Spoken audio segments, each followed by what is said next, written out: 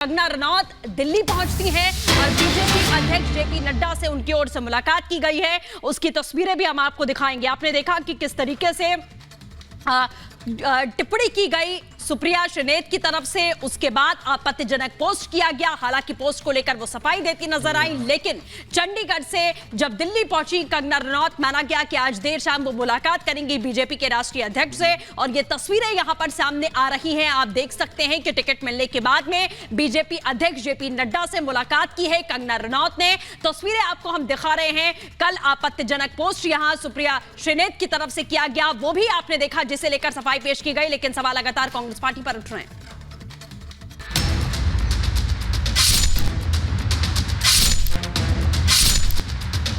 Bollywood actress और BJP प्रत्याशी कंगना रनौत पर आपत्तिजनक टिप्पणी करना इंडी गठबंधन और कांग्रेस के लिए गले की फांस बन गई है।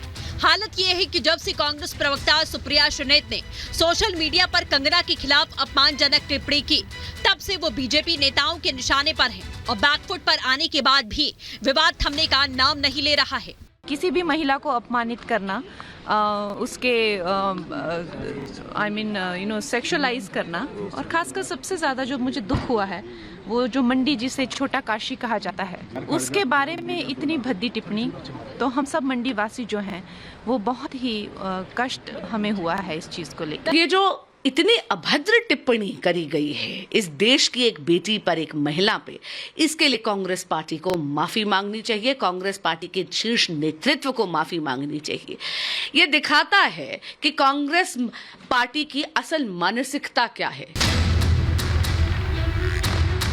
हालांकि कांग्रेस प्रवक्ता की पोस्ट पर बवाल बढ़ने के बाद सुप्रिया श्रीनेत ने अपना पोस्ट हटा लिया।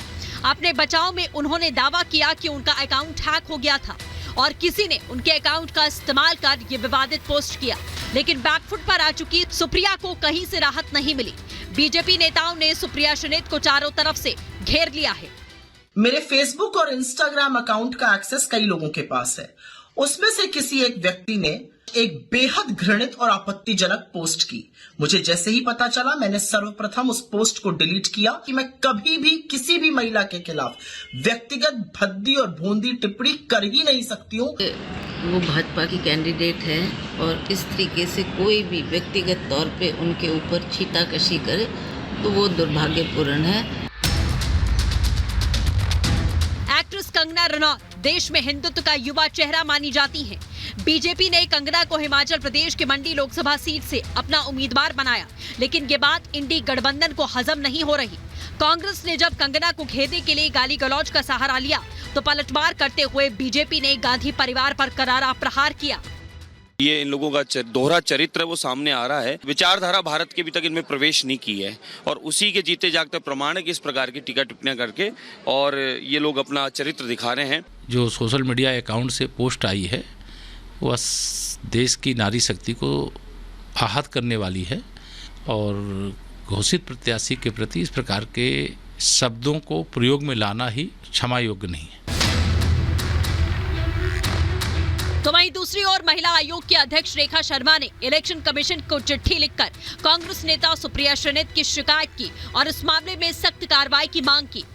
उनके चरित्र पर एक तरह से बहुत भद्दा मजाक था, वो बहुत भद्दा मजाक था। आप किसी के चरित्र को कैसे हनन कर सकते हो? आप कैसे लिख सकते हो ऐसी बातें जो आप खुद फील करो कि ये डेरोगेटरी है, ये गंदी शब्दों का प्रयोग है। विवादित पोस्ट पर कांग्रेस नेता सुप्रिया श्रीनेत सफाई दे चुकी हैं, लेकिन कंगना रनौत के अपमान को लेकर कांग्रेस के खिलाफ लोगों में खासा आक्रोश है।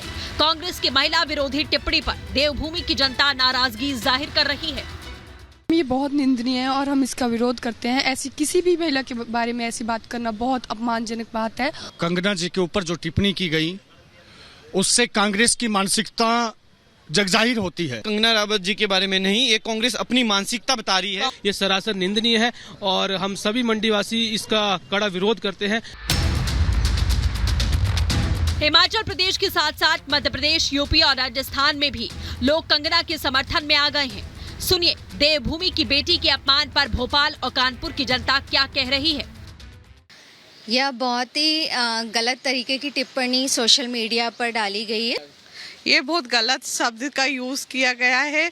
महिला की इज्जत नहीं करेगी तो कैसे काम चलेगा। ये लोग मोदी जी से सरकार आ रही तो ये लोग कांग्रेस पार्टी वाले डर गए हैं, इसलिए गलत शब्दों का इस्तेमाल कर इनको नहीं करना चाहिए।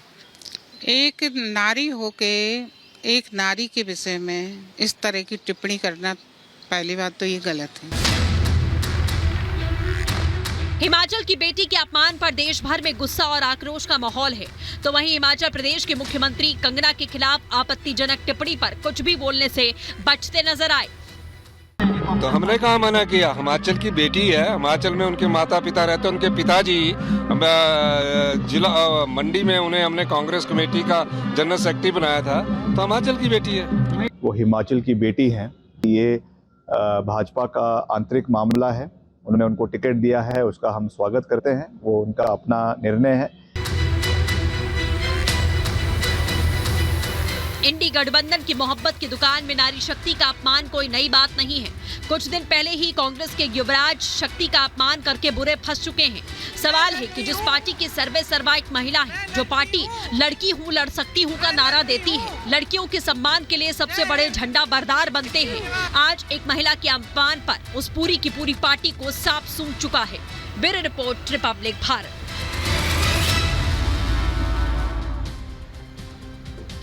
और इसी के साथ अब बात करेंगे दिल्ली के सीएम अरविंद केजरीवाल की। आपको बता दें कि केजरीवाल ईडी की कस्टडी में हैं, लेकिन लगातार उनकी ओर से चिट्ठी पे चिट्ठी जारी की जा रही है और एक बार फिर से अरविंद केजरीवाल ने पर्चा जारी कर दिया है। पिछले कई दिनों से सीएम केजरीवाल ईडी की कस्टडी में हैं, वो वहां से सरकार चलाने का दावा कर रहे हैं और इस बार उन्होंने स्वास्थ्य मंत्रालय को दिशा निर्देश दिया, जिसके बाद बीजेपी आम आदमी पार्टी पर हमलावर है, केजरीवाल के दिए आदेशों की जांच की मांग कर रही है। देखिए रिपोर्ट।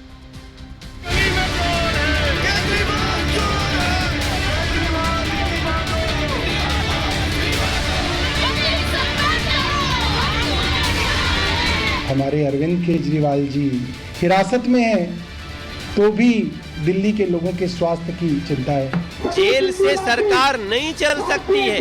शराब घोटाला मामले में अरविंद केजरीवाल की गिरफ्तारी के बाद बीजेपी और आप में घमासान छिड़ा हुआ है। एक तरफ केजरीवाल ईडी की कस्टडी से अपने मंत्रियों को पर्चा लिखकर एक के बाद एक निर्देश दे रहे हैं। आप कस्टडी से सरकार चलाने का दावा कर रही है, पहले जल मंत्रालय को निर्देश और अब ईडी की कस्टडी से ही स्वास्थ्य मंत्रालय को केजरीवाल ने निर्देश जारी कर दिया है। पता नहीं किस मिट्टी से बने हैं कि आज हिरासत में हैं, तो भी दिल्ली के लोगों के स्वास्थ्य की चिंता है। तो उन्होंने मुझे आदेश दिया है कि इसके ऊपर जल्द से जल्द उचित कदम उठाए जाएं और ये सुनिश्चित किया जाए कि सभी अस्पतालों में, मोहल्ला क्लिनिकों में सारी दवाइयाँ और सारे टेस्ट मुफ्त मिले और उनकी उपलब्धता कम ना हो। स्वास्थ्य मंत्री सौरभ भारद्वाज के मुताबिक ईडी की कस्टडी में होने के बावजूद अरविंद केजरीवाल दिन रात सिर्फ और सिर्फ दिल्ली की जनता की चिंता में डूबे हुए हैं। तो वहीं दूसरी ओर बीजेपी सवाल उठा रही है कि आखिरकार कस्टडी में रहते हुए आप कैसे सरकार चला सकती है। बीजेपी लगातार केजरीवाल के इस्तीफे की मांग करते हुए आप पर हमला बोल रही है कि जेल से सिर्फ और सिर्फ गैंग चलाया जाता है, सरकारें नहीं। मैं अरविंद केजरीवाल जी की तरफ से सभी दिल्ली के लोगों को ये आश्वस्त करना चाहता हूं कि आपका मुख्यमंत्री चाहे जेल में है, मगर सोच वो सिर्फ आपके लिए रहा है, सिर्फ और सिर्फ जनता के लिए मुख्यमंत्री सोच रहे हैं। जेल से सरकार नहीं चल सकती है। क्या कोई अधिकारी गिरफ्तार हो जाता है, कोई व्यक्ति तो जेल से अपना ऑफिस चलाएगा और इस तानाशाही का जवाब दिल्ली की जनता भी देगी। और दिल्ली की जनता सड़कों पे है। इतना ही नहीं, आम आदमी पार्टी के खिलाफ बीजेपी इस वक्त सड़कों पर जमकर प्रदर्शन करती हुई नजर आ रही है।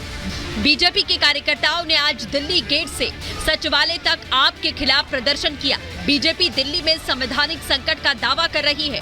सीधे सीधे बीजेपी केजरीवाल से मांग कर रही है, चूंकि घोटाले के मामले में केजरीवाल ईडी की हिरासत में है, तो आखिरकार कैसे अरविंद केजरीवाल जेल से सरकार को संचालित कर रहे हैं। नैतिकता के आधार पर बीजेपी केजरीवाल के इस्तीफे की मांग पर अड़ी हुई है। विवश करा इन्होंने ईडी को कि आकर इनको कस्टोडियल इंटरोगेशन के लिए लेके, और नैतिकता पर इस्तीफा देना चाहिए। दिल्ली की जनता का अहित हो रहा है। कि हम कट्टर बेईमान चोरों का इस्तीफा मांग रहे हैं। जेल से गिरोह चलते, सरकारें नहीं चलते। इसलिए हम कह रहे हैं आम आदमी पार्टी का चरित्र फर्जी, अरविंद केजरीवाल का चरित्र फर्जी, इनके नेताओं का भी चरित्र फर्जी, वो लेटर भी फर्जी है। लेकिन केजरीवाल के दिए गए आदेशों के बाद ये सवाल उठ रहा है कि आखिरकार कैसे ईडी की कस्टडी से केजरीवाल आदेश जारी कर रहे हैं। ईडी के मुताबिक केजरीवाल दिन रात सीसीटीवी की निगरानी में है, तो कैसे केजरीवाल ये आदेश भला जारी कर सकते हैं। जेल से केजरीवाल के आदेश पर विवाद, केजरीवाल के पास न कंप्यूटर न कागज, केजरीवाल ने फिर कैसे दिया आदेश। केजरीवाल ने अब तक 2 आदेश दिए। ईडी कर सकती है मामले की जांच। केजरीवाल की पत्नी और वकील पर शक, गलत तरीके से फाइल साइन कराने का शक। बीजेपी अरविंद केजरीवाल के आदेश को लेकर जांच की मांग कर रही है। आरोप लगा रही है कि दिल्ली में मुख्यमंत्री के दफ्तर का गलत इस्तेमाल हो रहा है। क्या वाकई यह आदेश केजरीवाल जारी कर रहे हैं या फिर कोई और। मैंने दिल्ली के उपराज्यपाल और इन्फोर्समेंट डायरेक्टरेट को आतिशी जी और उनके साथियों के खिलाफ कंप्लेंट की है, जिन्होंने मुख्यमंत्री जी के नाम से एक इलीगल ऑर्डर दिखाया और यह कहा कि दिल्ली के मुख्यमंत्री का ऑर्डर है और मुख्यमंत्री जी ने ईडी कस्टडी में जेल में रहते हुए ही ऑर्डर पास किया है। ये टोटल इलीगल था, अनकॉन्स्टिट्यूशनल था और ये मुख्यमंत्री के ऑफिस का मिसयूज है। अरविंद केजरीवाल जी और आम आदमी पार्टी का हर एक नेता कट्टर ईमानदार है। यही वजह है कि 2 साल से पीछे इतनी रेड्स करने के बाद भी हमारे किसी भी नेता के यहाँ से एक चवन्नी तक रिकवर नहीं हुई। केजरीवाल की जेल के अंदर से सरकार चलाने के खिलाफ वकील विनीत जिंदल ने दिल्ली के उपराज्यपाल वीके सक्सेना से शिकायत कर मामले पर उचित कार्रवाई की मांग की है। सवाल यही कि क्या ईडी की कस्टडी में रहकर केजरीवाल का मुख्यमंत्री पद पर बने रहना सही है। खुद को कट्टर ईमानदार बताने वाली पार्टी क्या दिल्ली की जनता के साथ इंसाफ कर रही है। Bureau report, Republic Bharat.